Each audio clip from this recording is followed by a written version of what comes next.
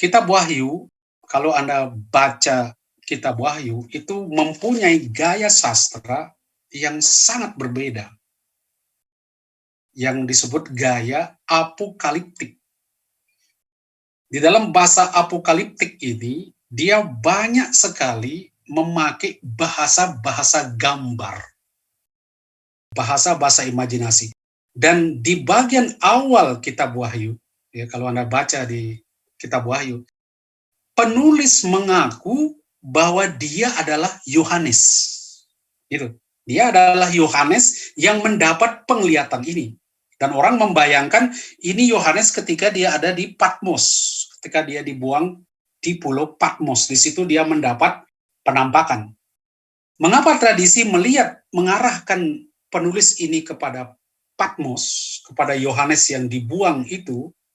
Karena di balik cerita kisah yang ada dalam Kitab Wahyu itu, sebetulnya kuat sekali gambaran tentang jemaat yang menderita, jemaat yang tersiksa, jemaat yang susah.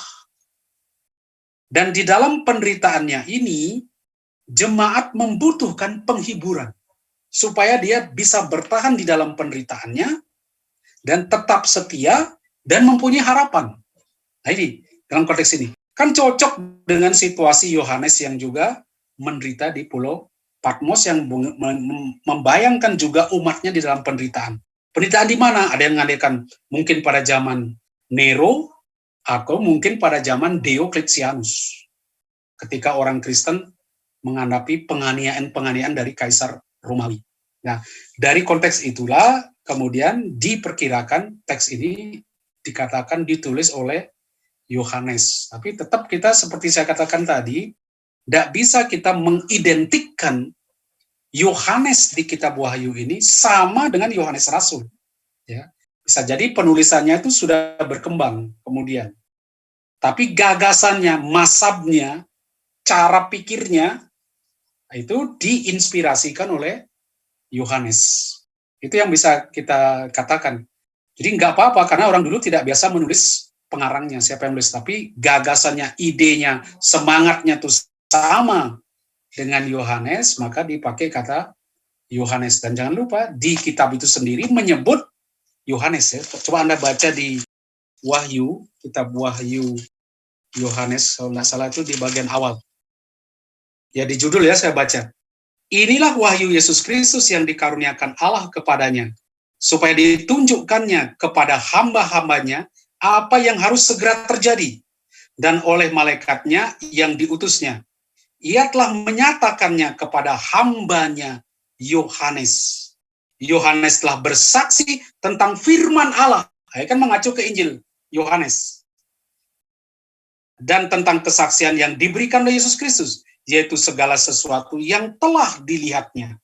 Berbahagialah ia membacakannya, dan mereka yang mendengarkan kata-kata nubuat ini, dan yang menuruti apa yang ada tertulis di dalamnya, sebab waktunya sudah dekat.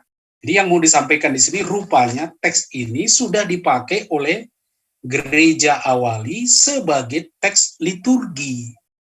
Maka dikatakan berbahagialah yang membacakan, bukan yang membaca, membacakan, dan mereka yang mendengarkan. Nah, itu bacaan.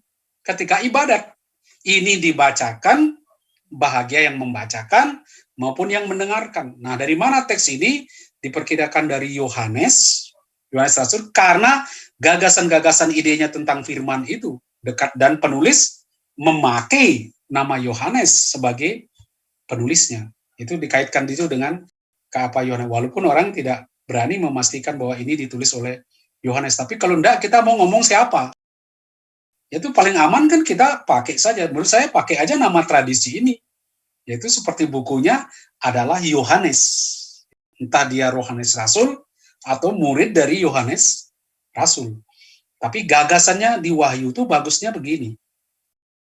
Tetap memperlihatkan situasi jemaat yang menderita. Dan ketika orang menderita, orang membutuhkan penghiburan, membutuhkan semangat, dan juga keyakinan bahwa dia menang di dalam penderitaan itu. Ada jaminan bahwa dia menang. Dan di mana jaminannya itu? Yesus yang sudah bangkit.